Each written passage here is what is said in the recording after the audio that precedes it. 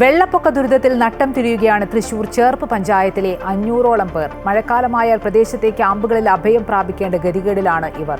വീടുകളിൽ വെള്ളം കയറിയാൽ പിന്നീട് മാസങ്ങളോളം സർക്കാർ സ്കൂളുകളിലെ ക്യാമ്പുകളിൽ കഴിച്ചുകൂട്ടേണ്ട അവസ്ഥ. വെള്ളക്കെട്ടിന് ശാശ്വത പരിഹാരം കാണാൻ അധികൃതർ തയ്യാറാവുന്നില്ല എന്നാണ് നാട്ടുകാരുടെ ആരോപണം. വീട്ടുമുറ്റങ്ങളിൽ മുട്ടറ്റം വെള്ളം, നടവഴിയിൽ കാലുകുത്താൻ കഴിയാത്ത അവസ്ഥ. ഇങ്ങനെ സർവത്ര ദുരിതത്തിലാണ് ചേർപ്പ് പഞ്ചായത്തിലെ താഴ്ന്ന പ്രദേശങ്ങളിലെ ജനങ്ങൾ. വെള്ളമുയർന്നപ്പോൾ ക്യാമ്പുകളിൽ അഭയം തേടിയവർക്ക് വീടുകളിലേക്ക് ഇതുവരെ മടങ്ങാൻ സാധിച്ചിട്ടില്ല. പലരും ക്യാമ്പിലെത്തിയിട്ട് 1 മാസം പിന്നിടുന്നു. വർഷങ്ങളായി വെള്ളപ്പൊക്ക ദുരിതത്തിൽ നട്ടം തിരിയുകയാണ് ഇവർ. ഈ ദുരിതം തുടങ്ങിയിട്ട് മാസങ്ങളായി. കൊല്ലം ഈ ബുദ്ധിമുട്ടും കാര്യങ്ങളാണ്. വെള്ളം കയറും. വെള്ളം കയറിയിട്ട് പഞ്ചായത്തും കാര്യങ്ങളൊക്കെ വന്ന് ശരിയാക്കാം ഓരോന്ന് പറഞ്ഞു പോകും. പിന്നെ ഒന്നുമില്ല. പിന്നെ അടുത്ത പ്രാവശ്യം വെള്ളം വരും, ക്യാമ്പിൽ പോകും. ഇപ്പോൾ 1.5 മാസമായി ഇപ്പോൾ ഈ ദുരിതം അനുഭവിക്കുന്നു. ഇപ്പോൾ നടന്നു പോകാനും പിള്ളേർക്ക് പഠിക്കാനൊക്കെ ഭയങ്കര ബുദ്ധിമുട്ടാണ്. ഈ ക്യാമ്പിലേക്ക് അങ്ങോട്ട് പോകുമ്പോഴേ ഭയങ്കര ദുരിതം.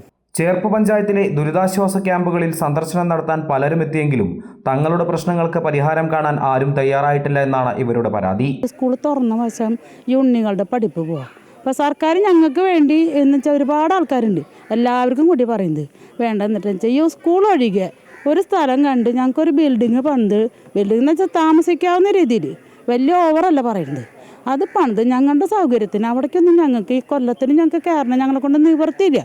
സർക്കാർ സ്കൂളുകളിലാണ് നിലവിൽ ക്യാമ്പുകൾ പ്രവർത്തിക്കുന്നത്. 2 ക്യാമ്പുകളിലായി 500-ലധികം ആളുകളാണ് താമസിക്കുന്നത്. ക്യാമ്പുകൾ പ്രവർത്തിക്കുന്ന സ്കൂൾ അധികൃതരും ദുരിതത്തിലായിരിക്കുകയാണ്.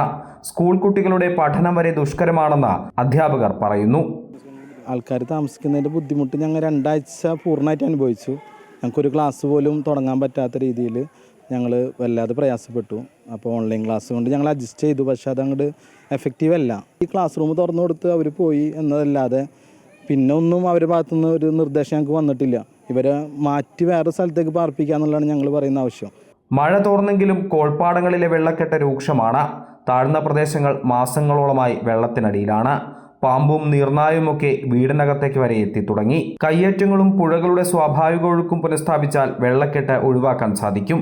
ഇതിനുവേണ്ട നടപടികൾ അധികൃതരുടെ ഭാഗത്തു നിന്നും ഉണ്ടാകണമെന്നാണ് നാട്ടുകാരുടെ ആവശ്യം. അമൃത ന്യൂസ്, തൃശൂർ. വെള്ളം കയറി വീട്ടുസാധനങ്ങൾ നശിച്ച് മാസങ്ങളോളം ക്യാമ്പിൽ കഴിയേണ്ടി വന്ന ഇവർക്ക് മഴക്കാലത്ത് താമസിക്കാൻ അടച്ചുറപ്പുള്ള ഒരു കെട്ടിടം വേണമെന്നതാണ് പ്രധാനപ്പെട്ട ആവശ്യം. അതിന് അധികൃതർ വേണ്ട നടപടികൾ സ്വീകരിക്കണമെന്ന് പ്രളയ ദുരിതം അനുഭവിക്കുന്നവർ പറയുന്നു. സ്കൂളിൽ പോകാൻ പറ്റില്ല, പിന്നെ ഇവിടെ താമസിക്കാനും പറ്റില്ല, പിന്നെ ഇവിടുത്തെ എല്ലാ കാര്യങ്ങളും എടുത്ത് ക്യാമ്പിൽ പോകേണ്ട അവസ്ഥയാണ്. പഠിക്കാൻ ബുദ്ധിമുട്ട്, പിന്നെ ചില ദിവസങ്ങളിൽ പോകാൻ പറ്റില്ല സ്കൂളിലേക്ക്, ക്യാമ്പിൽ നിന്ന് കുറച്ച് ബുദ്ധിമുട്ടൊക്കെ ആയിട്ട്.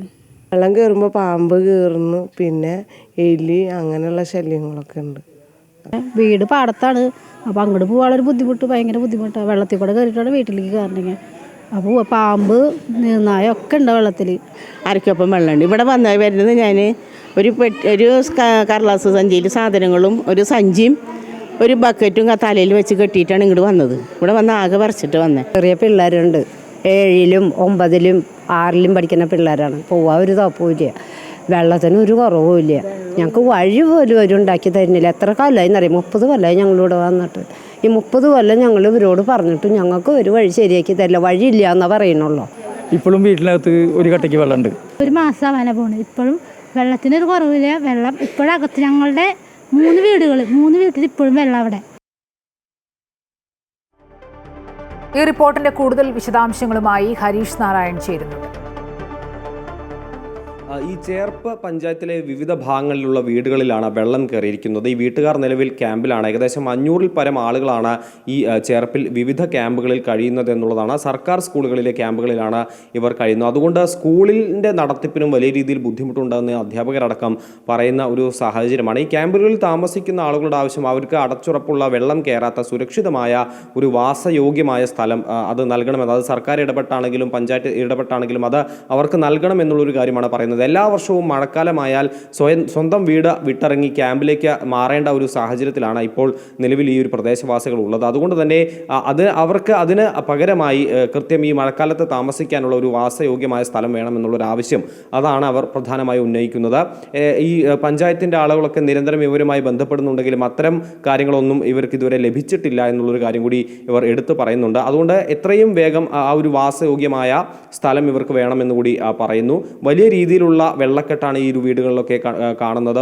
മാത്രമല്ല പാമ്പ് മറ്റ് ജലജീവികളൊക്കെ വീടിനകത്തേക്ക് കയറുന്ന ഒരു സാഹചര്യം, വീട്ടിൽ നിന്നും വെള്ളം മുക്കി പുറത്തേക്ക് കളയേണ്ട ഒരു സാഹചര്യം, അത്തരത്തിലുള്ള പ്രശ്നങ്ങളാണ് ഇപ്പോൾ ഇവർ അനുഭവിക്കുന്നത്. എന്തായാലും എത്രയും വേഗം ഇതിന് ശാശ്വത പരിഹാരം വേണം എന്നുള്ളൊരു കാര്യമാണ് ഇപ്പോൾ പ്രദേശവാസികൾ പറയുന്നത്.